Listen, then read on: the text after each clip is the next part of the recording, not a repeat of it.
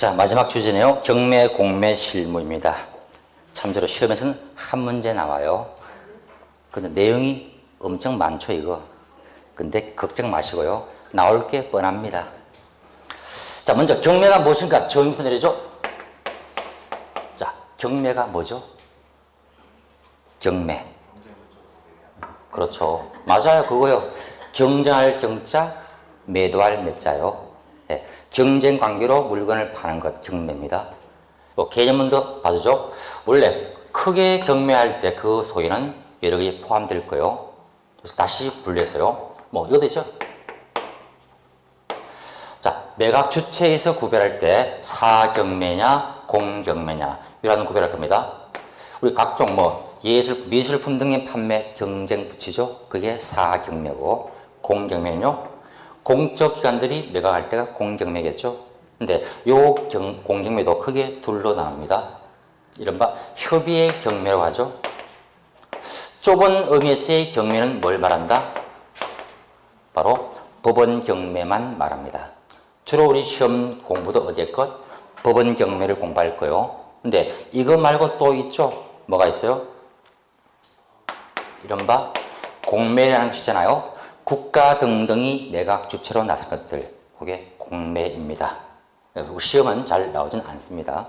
물론 대개 요 공매도 봐야 될 점이 우리 자산관리공사가 맡아서 팔아주고 있죠. 그걸 한번 볼 거예요. 비업무용 물건의 공매 사건 후에 볼 겁니다. 자, 근데 우리 법원 경매들도 다시 세분화할 수 있네요. 우리 책 봤더니 둘로 나와 있습니다. 첫째가 임의경매, 둘째가 강제경매. 이란 말이 있죠? 자, 임의경매는 뭘 말할까요? 임의경매. 임의적이다. 즉, 각종 채권자들이 그들이 채권의 만족을 얻기 위해서 하는 절차가 임의경매요. 이런 거죠.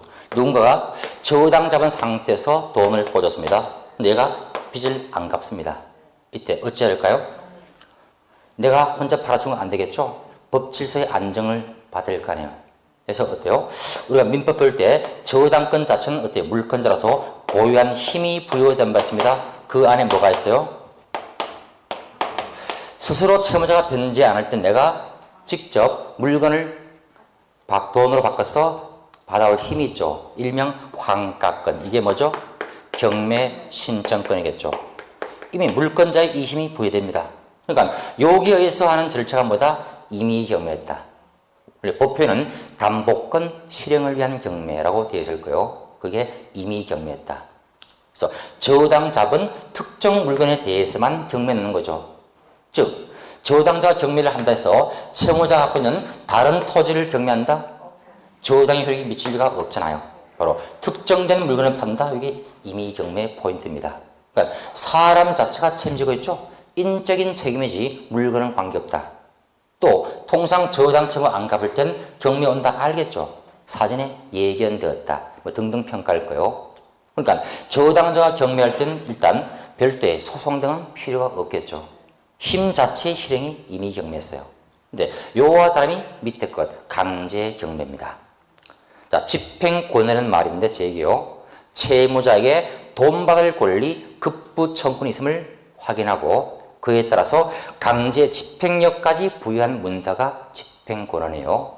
옛날 표현이 채무명이고 지금은 집행권원이다. 자, 이들이 돈 받기 위해서 하는 절차이죠. 근데 아무리 채권자라도 그냥은 안 되겠죠.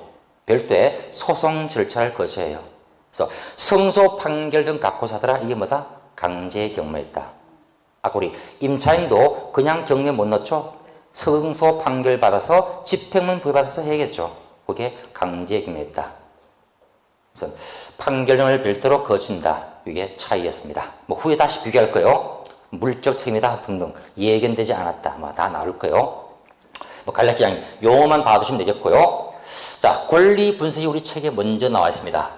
이거 굉장히 중요하죠? 왜 그럴까요?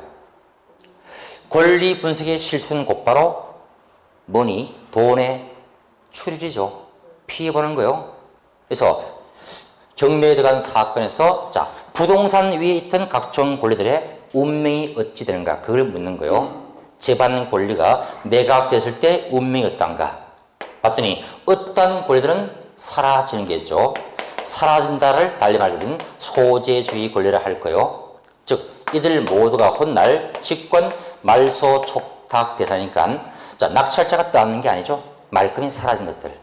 근데 요와 달리 내가 떠안는 게 있죠. 인수주의 권리 있습니다. 말소되는 것이 아니고 뭐 이건 매수인의 부담으로 떠안는 것.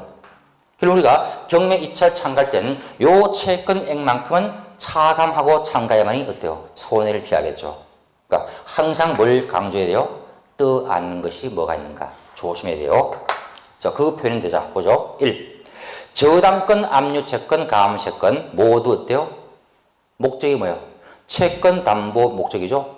그러면 물건이 돈으로 바뀌니까 따라가서 돈 받으면 될 거 아니에요. 그래서 저당, 근저당권, 압류, 가압류, 더 나서 담보 가등기도 본질은 뭐죠? 우리 가담법상 배울 거예요. 담보 가등기 목적물이 경매에 들어갈 때는 동담보 가등기는 저당권으로 본다는 조항이 있습니다. 똑같아요. 저당하고 함께 사라집니다. 자, 그래서 이들은 사라진다. 쭉 고유 밑에 집어넣으면 돼요. 저당권, 압류등은 모두 사라지더라. 그이고요. 자, 반면에 일정한 권리들은 살아남을 수 있습니다. 그들이 인수주의 권리인데 가장 먼저 강조할 게 이거죠. 유치권은 사라지지 않죠. 점유 상실이 없다면 남는 거죠. 이건 유치권. 또 뭐가 있을까요? 법정지상권 항상 살아남습니다. 분묘기지권 어때요? 이것 사라질 리 없겠죠? 남습니다. 자, 근데 나머지 지상권, 지역권, 전세권 또는 우리 임차권들, 자, 이런 것들은 요들과의 날짜를 비교하면 돼요. 자, 사라질 것들 아까 저당권부터 담보 가등기죠. 요들 중에서 가장 앞선 자가 있겠죠. 그들을 우리는 일컬어서 말소 기준 권리라 부를 거예요. 1번 저당권 가압류, 2번 저당권. 설사 2번 저당의 경매도 마찬가지죠. 맨 앞에 것 1번 저당이 사라지겠죠. 말소 기준 권리보다 뒤에 설정되었다. 시간이 밀려있죠. 내 앞에 자가 쓰러지니까 이들도 함께 사라지는 거예요. 반면에 말소 기준 권리보다 앞에 설정된 지상권, 지역권, 전세권 어때요? 살아남겠죠. 앞인가 뒤인가 요점만 이해하면 돼요. 그래서 일단 시험 요정도 기본 틀 봐두시고 그 외의 사항들은 주의점으로 하나 받으면 돼요. 요거예요. 저당 등보다 선순위 전세권자 원래 어떠합니까? 이건 앞서 있죠. 용익 물건이 저당보다 앞서 있다. 원래는 살아남아야겠죠. 인수됨이 원칙인 거예요. 근데 다만 요 선순위 전세권자가 동사건에서 배당을 요구했습니다. 이때는요. 앞선 물건자라서 배당금 먼저 다 챙기겠죠. 그러니까 이때는 사라지게 되겠죠. 소멸주의, 소재주의에 속한다는 것. 요 사항도 하나 알 수 있고요. 자, 그 외의 것들은 그냥 시간 다툼만 잘 하시면 돼요. 앞인가 뒤인가. 하나 봐보죠. 1번 순위에 1번 저당권 A라고 가정하죠. 다음 B 주택 임차인 대항력, 우선 변제력 다 갖추었습니다. 그리고 C 2번 저당권이 설정되었다. 이 사안에서 2번 저당이 경매를 신청했다고 가정할 때 과연 세입자 B의 운명이 어떨까요? 신청 채권자보다 내가 시간 앞서 있으니까 남을까요? 그거 아니죠.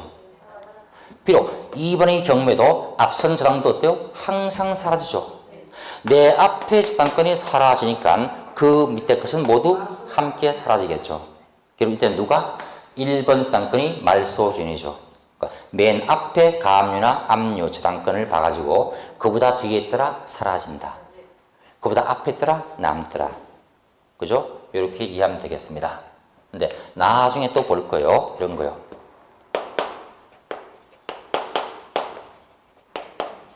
대위 변제 위험성도 강조할 거예요. 훗날 이거죠. 앞선 건저당자 봤더니 실채무액이 얼마 안 남아 있습니다. 근데 그냥 경매할 때 피는 어때요? 보호 안 되죠? 쫓겨날 처지겠죠. 그럼 차라리 내가 이해관계자로서 이걸 대신 갚아버리고 말소하면은요 깨끗하겠죠. 그죠? 내가 대신 갚음으로써 일단 없어지니까 마치 숭이 상승 효과를 하겠죠. 깨끗한 상태의 세든과 같잖아요. 이때는 살아남을 수도 있습니다. 대신 변제할 때 어때요? 세입자를 훗날 낙찰자 떠안을 위험이 있죠. 이것도 철저히 조사해야 될 거예요. 자, 이런 얘기예요. 우리가 경매에 참가할 때는 각종 국가의 문서를 믿습니까? 믿지 말라 했어요. 철저히 누구? 내가 발품 팔아서 철저히 조사해야만이 손실을 피하는 거예요. 실제 경매 사건에 손해 사례들 무진장 많이 있더라고요. 믿지 말라 했습니다. 법원에 비치된 자료가 있습니다. 물건 명세서, 현황수서, 감정평가서 보긴 봐야겠죠. 근데 이것 외에도 항상 내가 뭘 현장 확인 반드시 해봐야 돼요. 직접 공부 떼보고 현장 가서 확인도 꼭 해야 합니다. 저런 거 많이 있더라고요. 누가 농지의 경매를 참가하고자 합니다. 비농업인이 참가할 수 있는 거예요. 근데 아무런 확인도 안 하고 무턱대고 경매에 참가했습니다. 낙찰 받았습니다. 근데 훗날 매각 허가 결정이 안 날 수 있다. 왜? 농지증이 없으니까. 그때 보증금 돌려줄까요? 안 돌려줘요. 그러면 사전에 농지 참가할 때 뭘 봐야 한다? 농지증 발행이 될지 말지를 먼저 확인해 봐야겠죠. 또 저런 거 있어요. 자, 모 사장님이 살다가 기업체가 부도났어요. 그 저택이 경매에 나왔습니다. 봤더니 그 저택 안에 뭐가 있어요?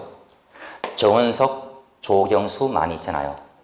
근데 통상 상식대로 내가 이것 낙찰 받으면 이것 다 내 거겠지. 이렇게 믿고 경매한 사례 있습니다.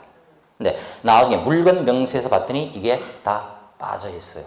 자, 이런 저택에 정원석들, 조경수들 가액이 어때요? 몇십억 가는 것도 있더라고요. 막상 돈 내고 낙찰받고 소유권 취득했다. 기분 좋았는데 가봤더니 어때요? 내 게 아니잖아 이거. 빼낼 수도 없고 얼마나 황당합니까? 손실이죠. 나중에 이것 다시 추가 지출해야 내가 살 수 있잖아 이것. 등등등 현장 확인 반드시 해야 돼요. 임야 매자 경매할 때 뭐가 중요해요? 분묘기지권. 내가 어떤 용도를 위해서 임야를 경매에서 낙찰받습니다. 근데 훗날 가봤더니 묘가 있습니다. 이장이 잘 되면 좋은데 이게 어때요? 안 되니 허다잖아요. 뭐요? 이용이 목적이 실현 안 되겠죠. 손실인 거요. 등등 굉장히 많습니다. 네, 철저하게 내 책임 하에서 조사 분석에만이 화를 피할 수 있는 것들 이런 인식 하에서 하셔야 합니다. 섣불리 하다가 손실 많이 보는 것 피해야겠죠. 자, 일단 권리분석 요 정도로 봐두시고, 자, D편에 쭉 설명되어 있고요. 경매 절차가 나와 있는데요. 옛날에 이게 기본 흐름으로서 문제가 몇 번 나온 바 있습니다. 괄호 몇 국이에요. 자, 흐름 쭉 한번 봐두면 돼요. 자, 경매 신청부터 반화가죠. 자, 채무자의 채무 변제 없으니까 누구 채권자가 경매를 신청한다는 얘기죠. 만약 동신청이 적합하다면, 자, 물론 이때 형식적 요건만 충족했다면 받아들이겠죠. 그래서 경매 개시 결정을 내리고서 개시 결정 내리고 그 사항들을 송달하겠죠. 통지합니다. 이때 압류 효력과 관계해서 하나만 참조죠. 자, 압류 효력은 언제 생기는가? 일단 채무자에게 그 결정 사실이 전달되겠죠. 송달된 때 효력이 발생한다. 아니면은 경매 개시 결정이죠. 경매 개시 결정 법원이 촉탁으로 등기소에 합니다. 이것이 등기된 때 효력이 발생해요. 만약 요 둘의 날짜가 다를 때는 그 앞선 날짜에 압류의 효력이 발생토록 되어 있습니다. 특히 요 송달 굉장히 중요해요. 경매 절차를 진행하기 위한 유효 적법 요건이죠. 만약 송달이 안 된 사건은 경매 진행이 안 되는 거예요. 자, 압류 효력은 언제 생긴다? 둘 중 빠른 날짜에. 그거 하나 참조해 두시고요. 자, 기타 주의할 점이 거기 박스에 나와 있습니다. 미등기 건물도 경매가 가능한가? 어떨까요? 가능하죠. 이미 채무자가 그 건물에 대한 건축 허가 등을 다 받았습니다. 등기하고 하면 될 거 아니에요, 이건. 미등기도 허용된다는 것들, 이게 나와 있습니다. 자, 이제 그 다음 단계죠. 네, 배당 요구의 종기를 결정 통지하겠죠. 자, 그 표현인데요. 우선 배당 요구의 종기는 언제 정하는가? 자, 결정하는 날짜 있겠죠. 언제 하더라 이건요? 예, 네, 그 표현되어 있잖아요. 첫 매각기일 이전의 날로 정한다.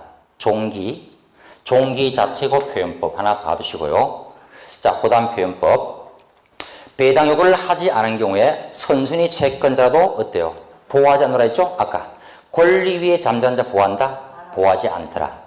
설사 후순위가 배당받아도 부당이득 반환도 청구가 안 된다 했죠? 잠자는 자는 그냥 푹 자게 내버려두더라. 뭐 주의점으로만 봐둡니다. 그다음에 매각 준비 단계인데 이것은 법원 내부 업무겠죠? 매각 준비들 뭐 집행관 통해서 현황 조사할 것이고요. 그다음 감정평가도 의뢰하겠죠. 그 감평가를 기준 잡아서 법원에서 최저가를 정할 겁니다. 그다음에 이제 각종 공과 최고하겠죠. 뭐 각종 세금 안내 사건들 각 행정부처에 알리겠죠. 너희들 최고 신고라고 공과 최고합니다. 그리고 이제 매각기일 얼마 전에 이제 드디어 경매법원 민사과에 보니까 각종 자료가 비치되기 시작하죠. 고주만 체크하죠. 며칠? 일주일 전부터 물건 명세서, 현황조사서, 감정평가서, 사본 등을 비치하더라. 우리 이것을 미리 해서 한번 확인하면 되겠죠. 우리 이건 믿지 말라 했어요. 확인하되 내가 별도로 추가 보완해야 한다. 뭐 고전 나와 있습니다. 매각 준비 단계. 뭐 크게는 문제 안 되고요. 자, 이제 본격적으로 물건을 돈으로 바꾸는 과정, 매각 절차입니다. 환가 단계인데요. 자, 매각 실시인데 여기서 하나만 먼저 정리해보죠.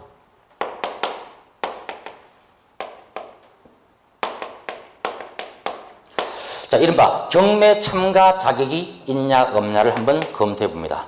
누가 경매에서 물건 살 수 있느냐예요. 원칙은 다 가능하겠죠. 그죠? 근데 참가 자격이 제한된 자도 존재할 겁니다. 자, 누가 안 될까요? 채무자 본인이 경매 참가해서 사겠다. 그럴 돈 갖고 갚아야죠. 채무자 본인은 안 되겠죠. 예. 채무자인 물건 소유자 참가할 수가 없다. 당연합니다. 자, 또 누가 안 될까요? 후에 이거 내용 많이 나올 겁니다. 누가 있을까요?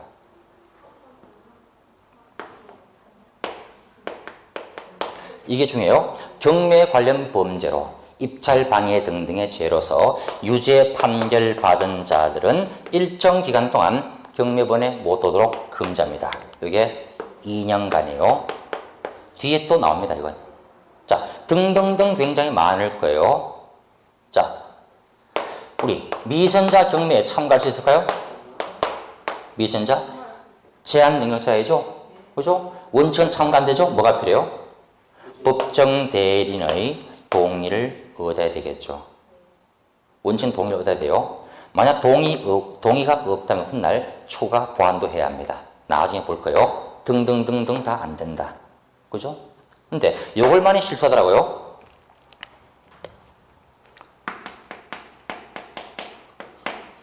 자, 채무자의 가족, 배우자나 자식이 경매에 참가하자입니다. 괜찮을까요? 자, 남편 집이 경매 들어오기에 그 부인이 비자금 받고 낙찰 받습니다. 괜찮을까요? 얼마나 착한 부인이에요. 후일을 위해서. 본인만의 금지인 거죠? 채무자의 가족 아무런 탈이 없는 거요. 주택 임차인들 참가하고 있잖아요.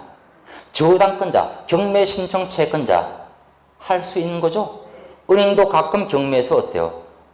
유찰되니까 은행이 사버리는 거 있잖아요. 비업무용 물건 뭐 취득한 사례네요. 자, 등등등 해서 일단 요 정도 기본 주의점으로 봐두면 되겠습니다. 요걸 많이 틀리더라고요. 남편 부인 관계 괜찮아요. 남남인데 뭐. 자, 요거 참조하시고 꼭 내용 보죠. 현재 우리 경매세 매각 방법이 크게 세 가지죠. 세 가지 매각 방법 중 각 법원에서 정한다. 선택해요. 자, 호가 방식은 뭐죠? 호가. 말을 호가. 부르는 거죠. 예, 말로서 사는 것들요. 자, 이거 경매 붙입니다. 살 사람 가격 불러보세요. 얼마. 가장 높은 자 없을 때 통상 땅땅땅에서 그냥 끝내는 것들, 호가 방식들. 곱하고 팔 수 있죠. 장점이 있네요. 자, 또 있는 것이 기일 입찰제. 이게 현재 경매에 추가되겠죠. 기일은 뭐죠? 특정된 하루죠. 그 특정일의 경매 법원에 가서 신청해서 사는 것들, 기일 입찰. 그리고 또 하나 있죠? 기간 입찰제. 이건 뭐요? 언제부터 언제까지 기간을 정하겠죠. 통상 일주에서 한 달 안으로 정합니다. 요 기간 안에 장점이 있죠. 대개 우리 경매는 방문해야 되죠. 근데 기간 입찰은요. 바쁜 직장인들 갈 시간이 없잖아요. 이때는 우편 등의 방법으로도 참가를 허용한 것들, 이게 기간 입찰제의 장점이에요. 물론 훗날 뭐 끝나고서 날짜 잡아서 다시 개찰해서 다 처리합니다. 일단 흐름은 요 세 가지 방식 중 각 법원이 선택해서 하더라는 것들, 방식은 몇 개? 세 가지 중 선택했다. 그거 참조하시고. 자, 이제 통상 우리 경매는 몇 시에 개장하죠? 오전 10시 하더라고요. 한 뭐 몇십 분 전에 미리 가가지고 뭐 집행관의 안내 말 듣고 하면 좋아요. 물론 그 전에 한 번 더 자료 열람해 보시고.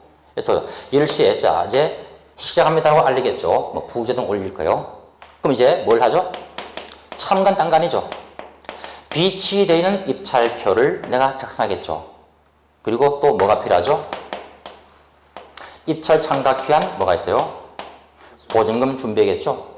그래서 보증금 봉투 작은 봉투에 돈 넣고서 그다음 입찰표를 함께 큰 봉투에 넣어서 집행관 확인받고서 투하면 하는 거예요.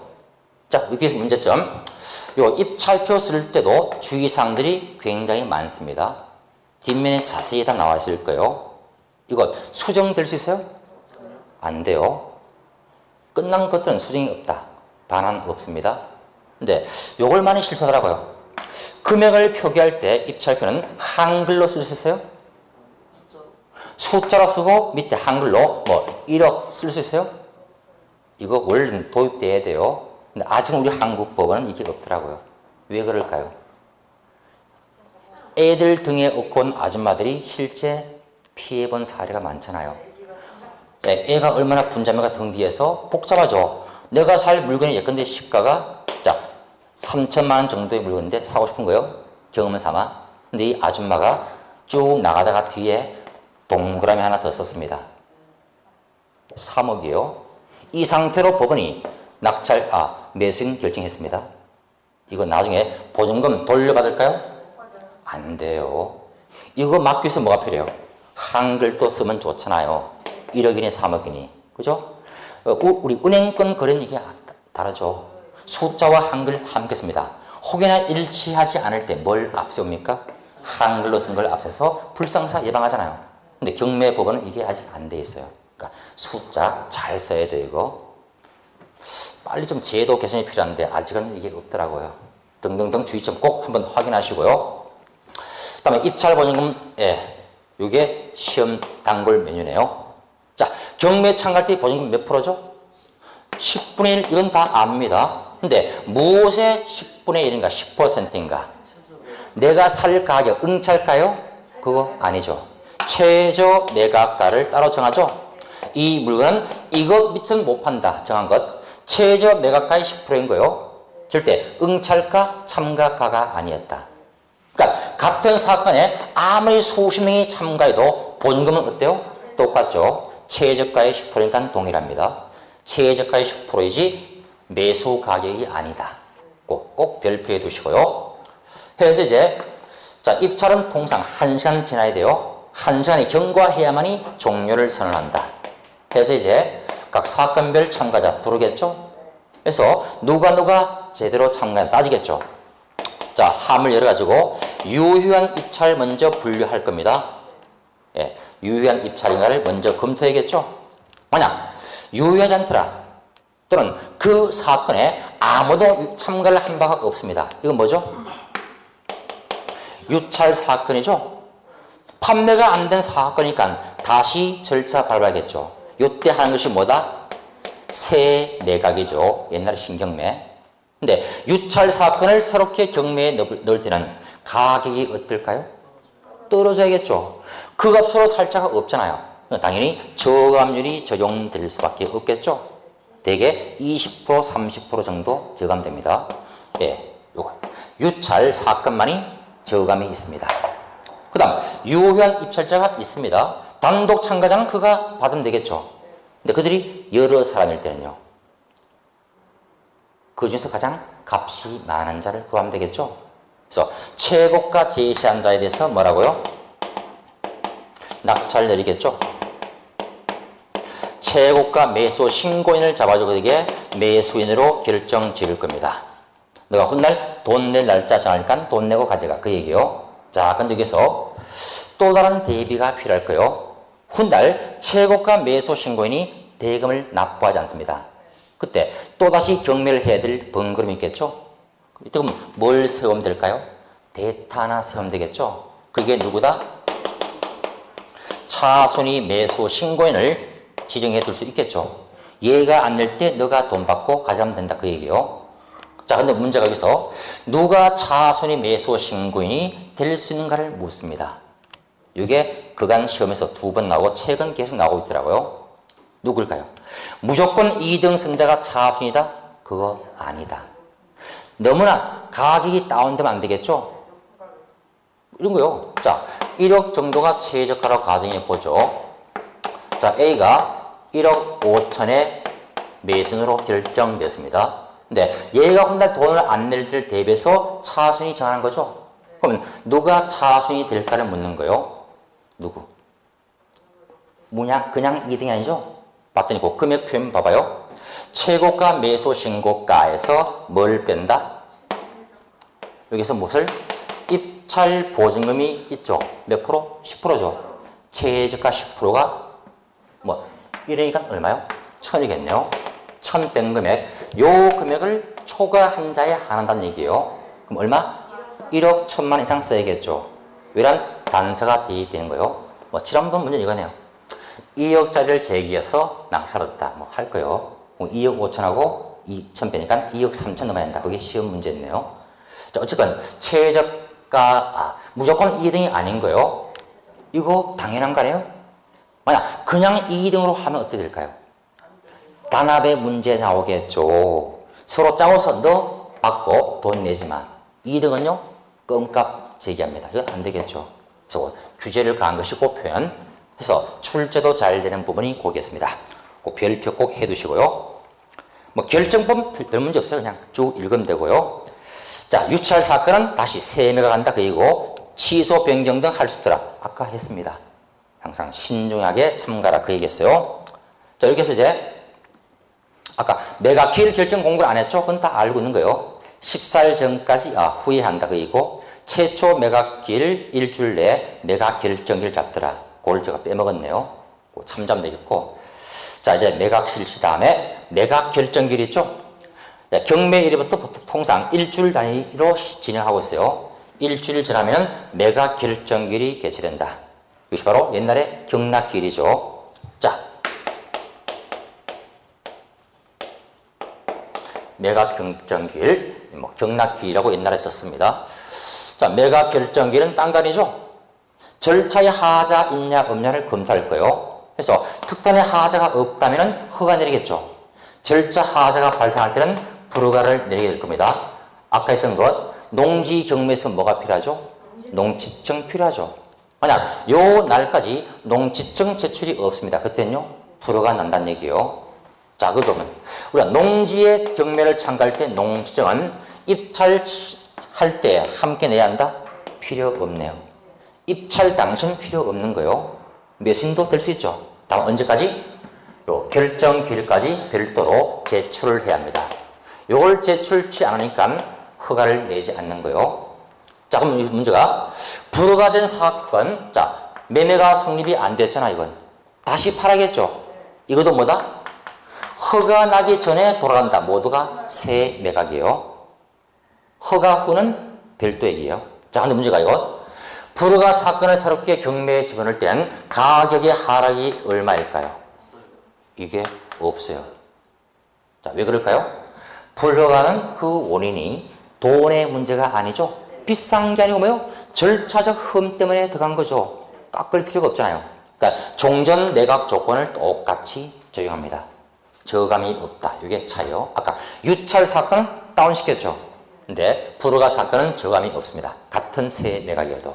그러니까 모든 새 매각은 저감이 있다. X. 유찰할 때 한했습니다.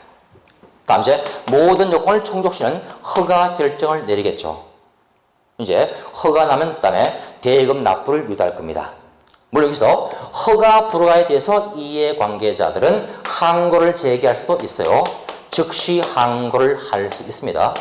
근데 관건이 그냥 나 불만 있다 말로 할까요? 그거 안 되죠. 우리 애당초 경매한 목적은 딴 거네죠. 채무자가 스스로 빚을 안 갚길래 빨리 돈으로 바꿔서 나눠주기 위한 거죠. 절차가 자꾸 지연된다? 이건 막아야 될 거 아니에요. 그래서 뭔가 규제를 가할 겁니다. 그래서 항고 시는 반드시 누구나가 보증금을 공탁토록 해 놓았습니다. 그래서 항고의 보증 공탁은 얼마인가? 이게 또 중요하네요. 자, 이것도 몇 프로? 10분의 1, 10%는 맞습니다. 근데 무엇의 10%예요? 매각 가격이죠. 매수대금. 예. 매각가의 10%에 지을 때 최저가가 아니라는 점. 그거 다르죠, 아까? 입찰 참가는 최저가의 10%, 항고의 보증 공탁은 매각가의 10%에 있다. 이 차이를 일단 주의하시고요.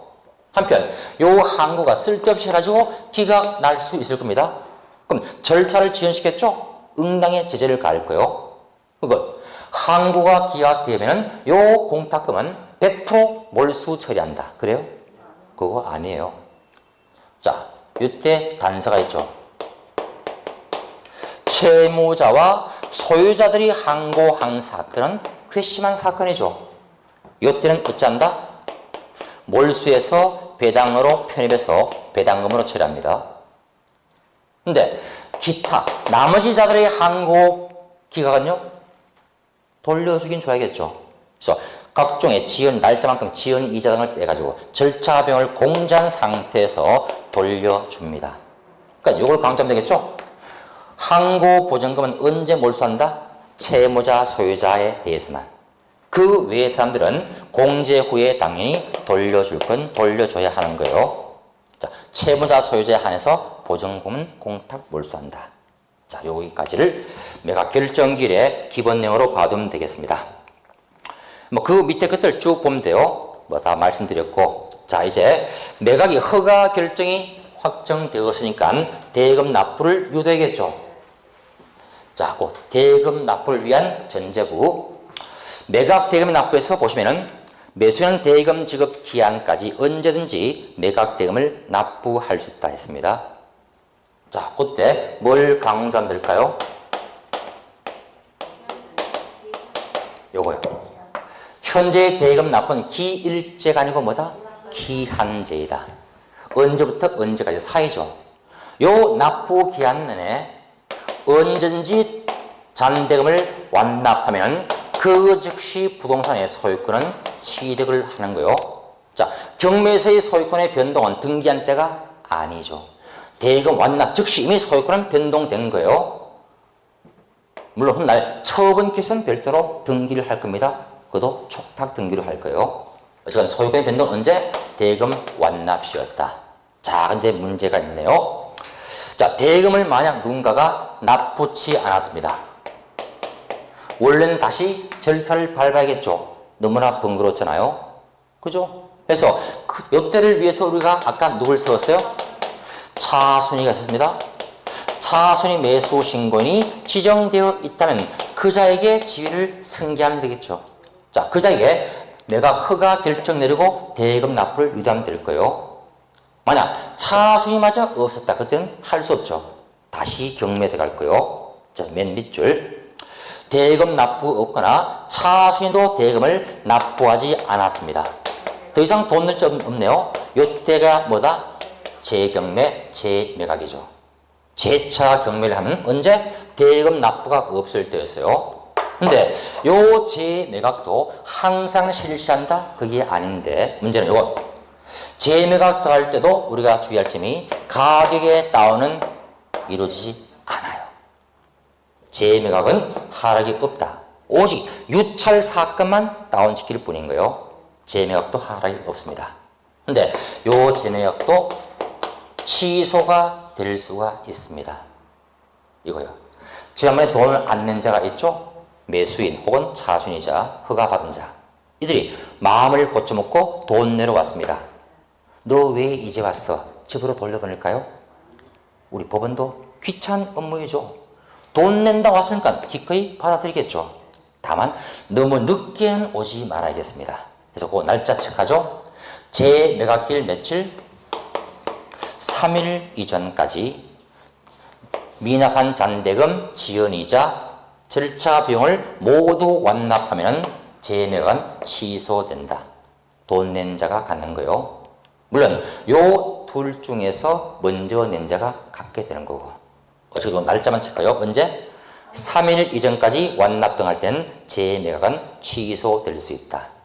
재매각 취소 3일 이전까지만 보면 되겠습니다. 자, 이제 대금 납부로서 소유권 취득했습니다. 다 내 거 된 거예요. 자, 이제 그 뒤에 남는 게 있네요. 뭘 해야 할까요, 이제? 처분 기회선 등기를 해야 될 거 아니에요. 자, 소유권의 이전 등기를 하는데 이것은 어찌 한다? 촉탁에 의거해서 이루어집니다. 네, 낙찰자 매수인들이 경매 신청표한 기본 서류 갖다 내야 돼요. 등초본 같은 거 또는 국민주택 채권 매입 일정 등 첨부해서 갖다 주는 법원이 등기소에 촉탁한다. 이제 촉탁함으로써 우리는 드디어 제3자에게 처분도 이루어질 겁니다. 자, 한편, 자, 돈도 내고 등기도 했는데 현장 가봤더니 누가 버젓이 점거하고 있습니다. 이들 어찌해야 돼요? 쫓아내겠죠. 근데 점거자 퇴출에서도 훗날 다시 불리할 거예요. 무조건 쫓아낼 수 없는 자가 있고 때에 따라서는 인도 명령으로도 내보낼 자가 존재합니다. 자, 인도 명은 누가 될까요? 절차용 간단한 거예요. 그 명령은 송달해서 그냥 손쉽게 집행안 통해서 내보내는 거예요. 반면에 명도 재판은 소송을 거쳐서 판결을 얻고 하니까 절차가 길어지겠죠. 그래서 그렇게 낙찰자에게 대항할 권한이 없는 자들은 모두 무엇으로? 인도 명령으로. 가장 쉬운 예가 누가 있습니까? 저당 등보다 뒤에 세던 세입자, 후순위 임차인들 대항할 수 있어요? 뒷선자 항상 사라진다 했죠. 이들은 인도명으로 손쉽게 내보낼 수 있습니다. 그럼 반대로 대항할 수 있는 권한자거든요. 안 되겠죠. 명도 재판을 따로 해야 한다. 누가 세요? 유치권자부터 나오겠네요. 아까 항상 살아남잖아요. 유치권 또는 선순위 임차인들. 명도성을 따로 해야 합니다. 자, 근데 여기서 하나 참조하는 게 있네요. 이와 같은 인도명령도 무한정하는 것이 아니겠죠. 행사의 기간이 법정됐습니다. 봤더니 대금 완납 후 언제까지 해야 한다? 6개월 이내만 가능합니다. 만약 대금 납부로 소유권 취득한 낙찰자가 6개월이 넘도록 이들을 방치했다. 그때는요, 명도성을 별도로 해야 돼요. 대금 납부 6월 안에만 인도명령이 가능하다. 우리 공부할 때 숫자들은 진짜 친절히 납니다. 그죠? 제가 지금 빼먹은 날짜 많아요. 복잡하니까. 근데 이것 인도명령도 날짜, 분날 암기해 두셔야 돼요. 몇 달? 6개월이었다. 지금은 다 이해합니다. 근데 하루 지나면 까먹잖아요. 그래서 훗날 별의별 암기법 다 동원해서 암기하십시오. 뭐 이렇게 하더라고요. 자, 날 추우니까 저기 열대지방으로 한번 여행 가죠. 인도는 언제 여행 가자? 6월 달에. 인도는 6월에 여행 갑시다. 자, 인도까지 끝냈고요. 자, 이제 마지막 주제가, 자, 환가가 끝나니까 채권자들에게 골고루 그 순위에 따라서 돈 나눠줘야겠죠. 자, 배당 문제가 남습니다. 배당의 순서도 독자적으로 출제가 빈번해요. 누구한테 얼마를 더 주는가 마는가 중요한 거죠. 이건 배당표 만들어서 이의가 없을 때 확정 짓고 줄 거예요. 자, 이때 배당 순서, 일반적 순서 등은 반드시 숙지해 두셔야 돼요. 책에 안 보이네요.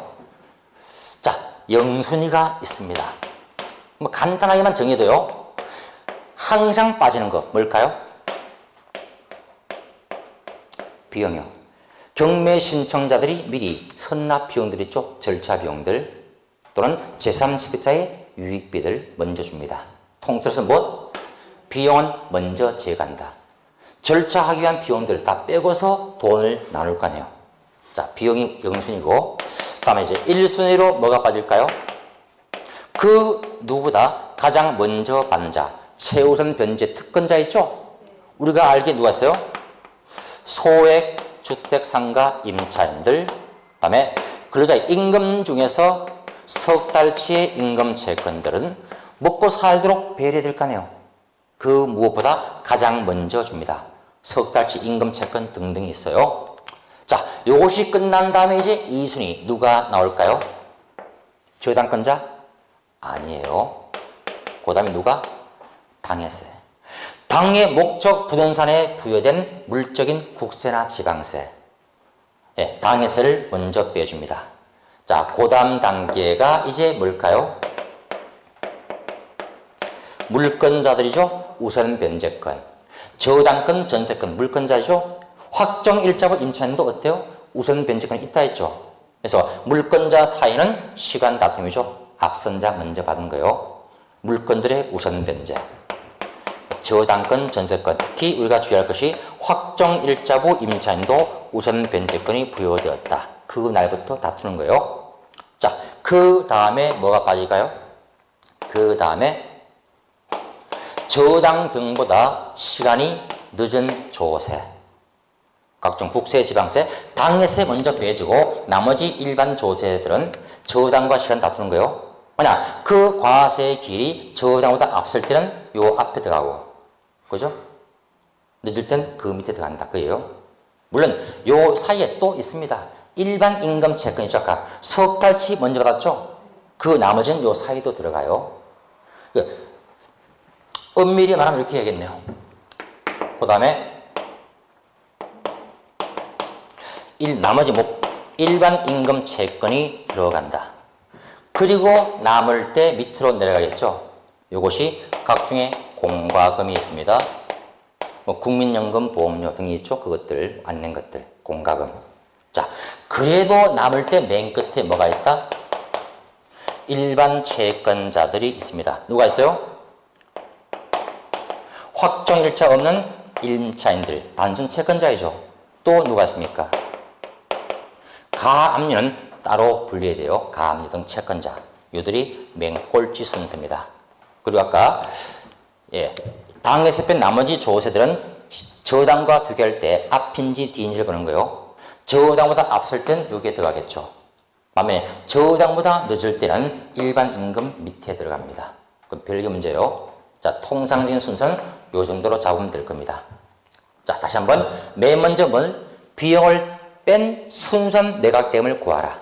그 상태에서 최우선 변제를 해주더라. 소액 임차인 석달 임금 채권 등. 그리고 당해세 빠지고 우선 변제권.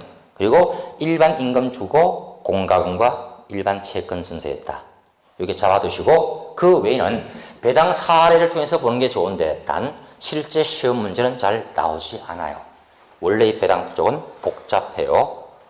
무지무지 복잡합니다. 특히 공매 쪽은 더더욱 복잡해요. 시험 문제 잘 안 나옵니다. 단 우리 책은 일반적 순서 정도는 봐두셔야 돼요. 이렇게요. 물건 상호가는 어찌한다? 순위에 의간다. 그죠? 날짜 앞선 자가 힘을 먼저 발휘하겠죠. 물건은 시간 순서에 의한다. 당연한 거요. 자, 반면에 물건과 채권 사이는 어찌할까요? 당연히 힘이 센 물건이 우선 변제받겠죠. 그러면은 채권자끼리는 어찌할까요? 채권자들도 시간 순서 따질까요? 그거 아니죠. 흔히 하는 말이잖아요. 채권자는 어떻다? 평등하다. 해서 어째고는 가액의 비율이죠. 안분 비율대로 배당할 뿐인 거요. 물건은 시간 순서. 앞선자가 먼저 다 챙기고 남을 때 밑으로 내려주는 거요. 1번 순항이 먼저 다 챙기고 남을 때 2번 순이 밑으로 쭉 내려가는 거요. 근데 채권들은요, 그거 안 따져요. 시간 순서 필요 없이 항상 평등하게 배당하게 됩니다. 자, 이게 기본 틀인데 하나 주의할 게 있어요. 바로 가압류와 관계에서 보시면 돼요.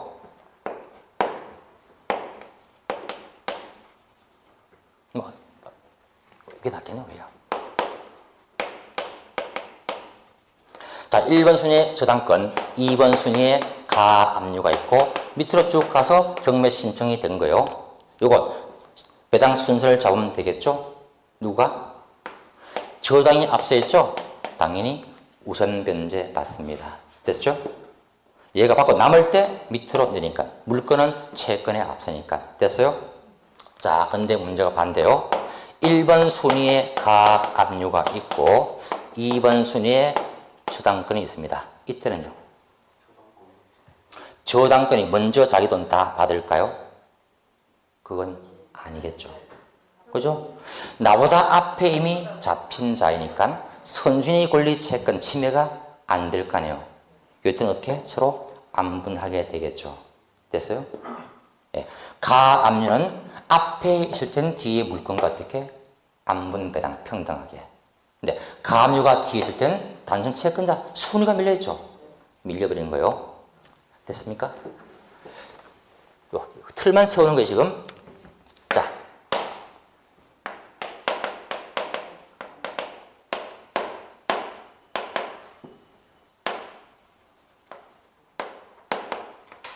(1번) 순위에 가압류, (2번에) 저당권, (3번) 순위에 조세가 있다고 가정하죠. 이건 어찌 해야 될까요?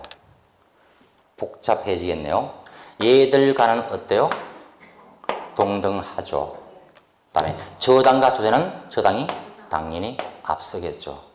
근데 조세 채권과 가압류는 어떨까요?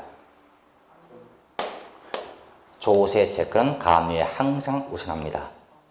그러니까 셋이 짬뽕 되니까 어때요? 얘한테는 앞서고 얘한테는 뒤처지고 복잡하겠죠. 그래서 나중에 순환배당 사례로서 나오는데 이거 시험 출제를 제발하면 좋겠는데 안 하더라고요. 문제가 복잡하니까. 다행이죠? 그래서 우리는 어디까지만? 요 앞에까지만 보시면 돼요. 가압류가 뒤일 때는 문제 없다. 단지 가압류가 앞에 있을 때는 단순한 채권자니까 우선권 행사 안 될 거 아니에요. 그래서 동순위에서 안분배당한다. 요 정도 보시고 나머지는 조세와의 관계는 항상 이렇게 하면 돼요. 조세는 가압류보다 항상 앞선다. 요것만 알아두면 될 겁니다. 나중에 기회 될 때 한번 사례 대입해서 한번 풀어볼 거예요. 계산을 해보죠. 그러면 이해가 더 훨씬 편할 거예요. 일단 오늘 요 정도로서 마무리 지어봤습니다. 자, 법원 경매는 여기까지만 일단 정리해 주시고 우리 도표가 참 잘 나와 있죠? 실제 우리 시험도 도표만 알아도 거의 기출문제 다 풀립니다. 깊이 있는 거 잘 안 나와요. 꼭 한번 1부터 10까지 외울래?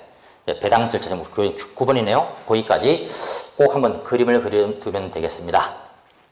나머지 비금융 부동산의 공매라는 게 있죠. 금융기관들이 채권 정리해서 갖고 있는 것을 자산관리공사가 대신 팔아준 거죠. 매각 대행입니다. 근데 이건 차이점이 있어요. 비금융 부동산의 공매는 그 성질은 법원 경매와 딴판이죠. 원래 매각 주체가 누구죠? 금융기관, 은행, 개인이죠. 그러니까 사적 매매와 거의 내용은 같아요. 성질이 같아요. 그래서 이렇게 말할 겁니다. 비금융 공매 사건은 위험성이 크다 적다. 우리 법원 경매는 위험이 크겠죠. 그래서 아까 내가 직접 다 발품 팔아 조사했잖아요. 근데 요거는요. 은행이 물건 파는 것을 맡아서 도와줍니다. 개인과 개인이 거래할 때 위험은요. 경매보다 상대로 적겠죠. 즉 자산공사가 깨끗이 권리를 정리해서 내다 파는 거예요. 그래서 안전성이 보장됩니다. 대신 안전할수록 가격은 좀 비싼 게 흠이죠. 물량도 적을 뿐더러. 경매는 위험하다. 대신 값은 싸다. 공매는요. 깨끗한 대신 값은 좀 비싸더라. 권리 분석이 쉽겠죠? 뭐 그런 특징들이 있습니다. 뭐 훗날 다 검토할 거요. 반면 여기 세 번째 것, 압류 분산 공매가 있죠? 국세청 등이 해야 될 업무를 공사가 맡아 도와줍니다. 네, 세금 안낸 사건 압류해서 파니까 어때요? 법원 경매와 거의 비슷해요. 압류 물건 공매는 법원 경매와 거의 유사하다. 별반 차이 없습니다. 나중에 수의계약을 하니 못하니 등등 따질 거예요. 뭐 토지의 허가를 받니 안 받니 따집니다. 자, 하나 보죠.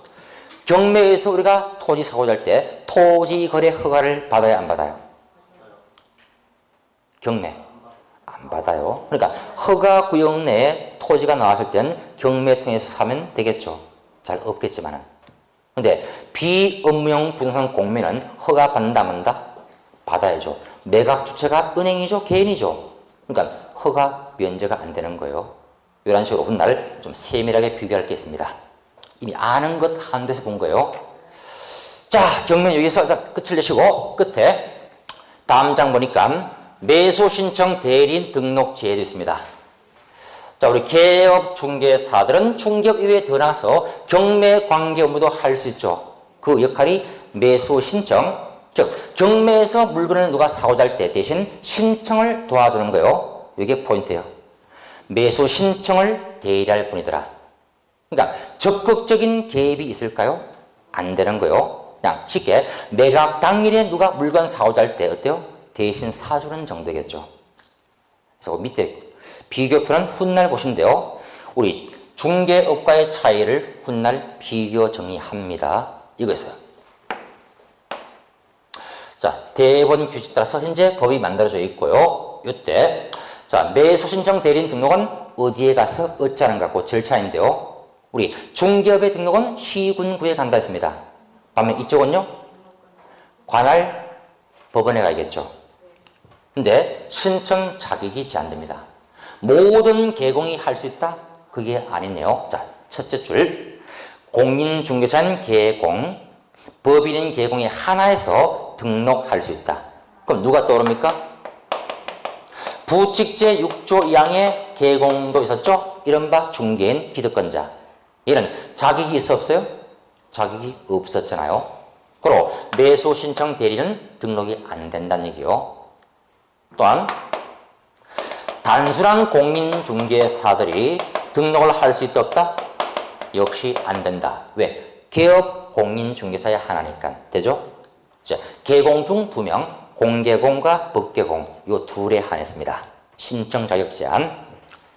다음 등록 관청은 사무소 관할 지방법원이죠. 시군구 아니고 지방법원. 뭐 나머지 밑에 쭉 비교했는데요. 훗날 보도록 하고요. 그 아래 풀이된 거 봐보죠. 기출 지문을 거기 제기했네요. 자, 개공이 자진 폐업을 신고했습니다. 등록 취소되겠죠. 이는 법 위반 사실이 있다 없다? 없잖아요. 그래서 이때는 결격 사유로 볼 필요가 없다. 그 얘기예요. 왜? 위반 소지가 없으니까. 다음에 경매 관련 범죄로 몇 년간? 2년간 경과 안 된 자 할 수 없죠. 아까 했잖아 이건.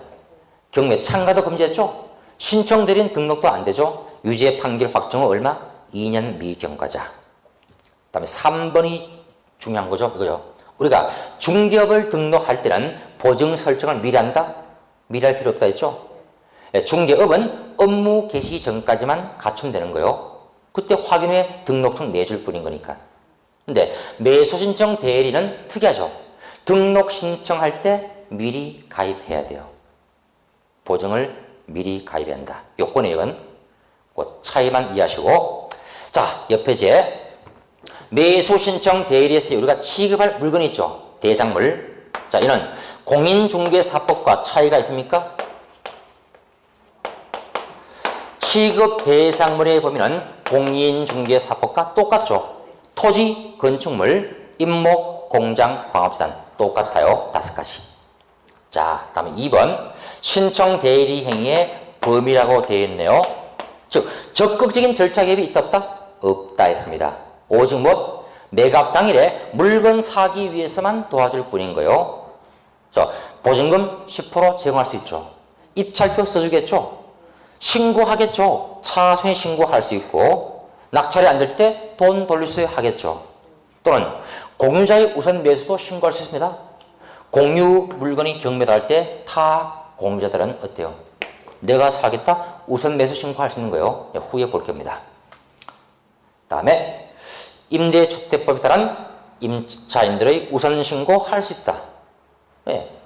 또는 각종 신고 지위 포기할 수 있죠. 결국 봤더니 매각 당일에 무엇? 물건 사기 위한 신고나 신청 등의 하나입니다. 그럼 봐보죠. 매각 결정이 돼서 자 아까 허가 불허가 결정은 항고할 수 있죠. 항고 제기를 이들이 할 수 있다. 할 수 있어요? 안 되죠.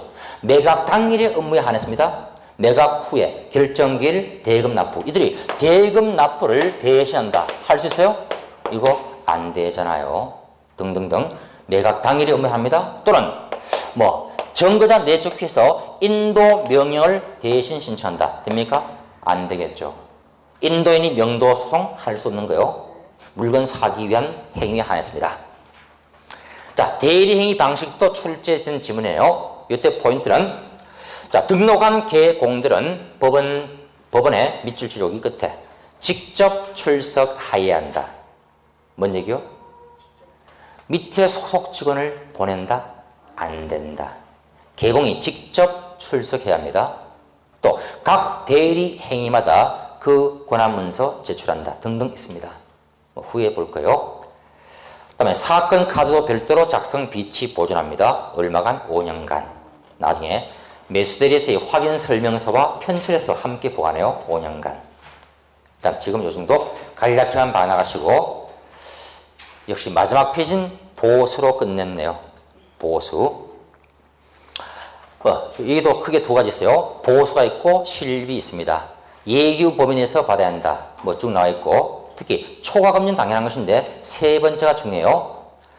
이쪽에서의 보수 등등은 밑줄 치죠. 위임 계약 전에 반드시 설명해야 돼요. 언제? 위임 계약 전에. 위임 계약 전에 먼저 이 정도 돈 줘야 합니다. 설명하라는 얘기요. 그래서 나중에 그 비용은 따로 보면 돼요. 그냥. 저거죠. 실비라는 게 있었죠. 실비. 각종 확인 시 소요된 실비인데 특이함이 있습니다. 특별 비용이 하나입니다. 가까운 거리의 교통비나 등공등 발급비. 늘상 쓰는 거죠. 이른바 통상의 실비는 받지 못한다. 특별한 비용이 하나입니다. 그래서 50만 원 범위 내에서 서로 합의토록 되어 있어요. 나중에 볼 거예요. 개별 매각이니 일괄 매각이니 그런 말이 있어요. 꼭 구별해요 이거?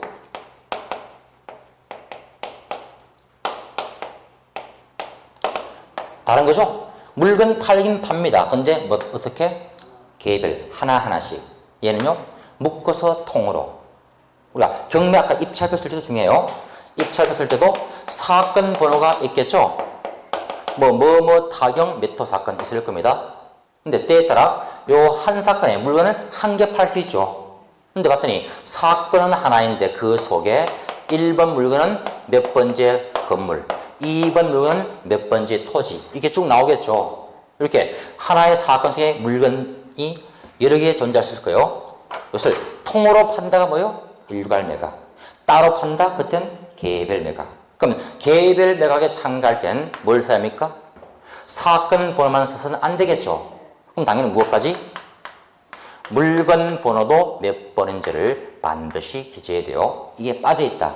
입찰 불비겠죠. 허가 안 나는 거는 매수는 안 된다. 함께 파니 따로 파니. 그래서 요것도 훗날 우리 실비 상담료 있습니다. 상담료 등 실비 받을 때 이게 중요해요. 그래서 몇 개 이상 물건을 묶어 팔 때는 몇 개까지 얼마이고 추가할 수 있더라. 따로 팔 때는 무조건 한 건당 5만 원 추가한다. 그거 있어요. 그래서 4개, 5개 문제로 만드는데 별거 없어요. 간단합니다. 경매 우리가 대신 참가해서 낙찰 받을 때 대가 받겠죠. 이때도 얼마까지 받을 것인가 있습니다. 한 10% 받을까요? 20% 받을까요? 그거 아니에요. 우리도 조건 답니다. 봤더니 뭐의 몇 프로 이하 또는 감정가의 몇 프로 이하 그게 있어요. 최저 매각가 있죠. 최저 매각가하고 감정가하고 이게 일치할까요? 다르겠죠. 유찰되면 될수록 이게 점점 다운되겠죠.